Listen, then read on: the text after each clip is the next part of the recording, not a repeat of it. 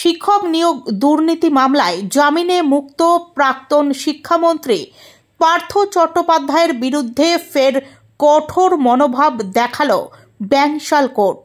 বুধবার নির্ধারিত হাজিরার দিন আদালতে না গিয়ে বেহালার বাড়িতেই রয়ে যান তিনি।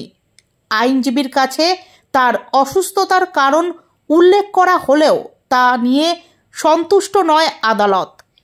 এদিন দুপুর 1টা নাগাদ বিচারক শুভেন্দু সাহা স্পষ্ট জানান, প্রয়োজন হলে জামিন বাতিলের ক্ষমতা আদালতের রয়েছে এবং ভবিষ্যতে হাজিরা এড়িয়ে গেলে সেই পদক্ষেপ নেওয়া হবে।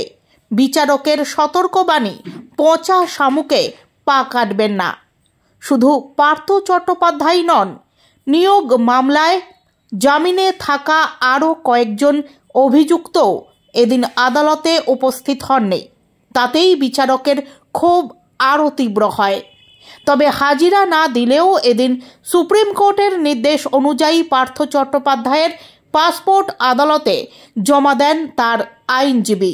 অন্যদিকে মামলার আরেক অভিযুক্ত অর্পিতা মুখোপাধ্যায় 3টি ব্যাংক অ্যাকাউন্ট পুনরায় চালু করার আবেদন জানান আদালতে। পৃথকভাবেই চন্দ্রনাথ সিনহার বিরুদ্ধে চার্জ গঠনের প্রক্রিয়া এদিন এগোতে পারেনি, কারণ ইডির জমা দেওয়া নথি তার আইনজীবী সম্পূর্ণ পড়তে পারেননি। আগামী জানুয়ারিতে চার্জ গঠনের শুনানি শুরু করার অনুরোধ জানানো হলেও আদালত তা লিখিত আকারে জমা দেওয়ার নির্দেশ দেয়। সব মিলিয়ে শিক্ষক নিয়োগ দুর্নীতি মামলা ঘিরে এদিন ব্যাংশাল আদালতে উত্তেজনা ও কড়া সতর্কবার্তার দিন হিসেবেই চিহ্নিত রইল।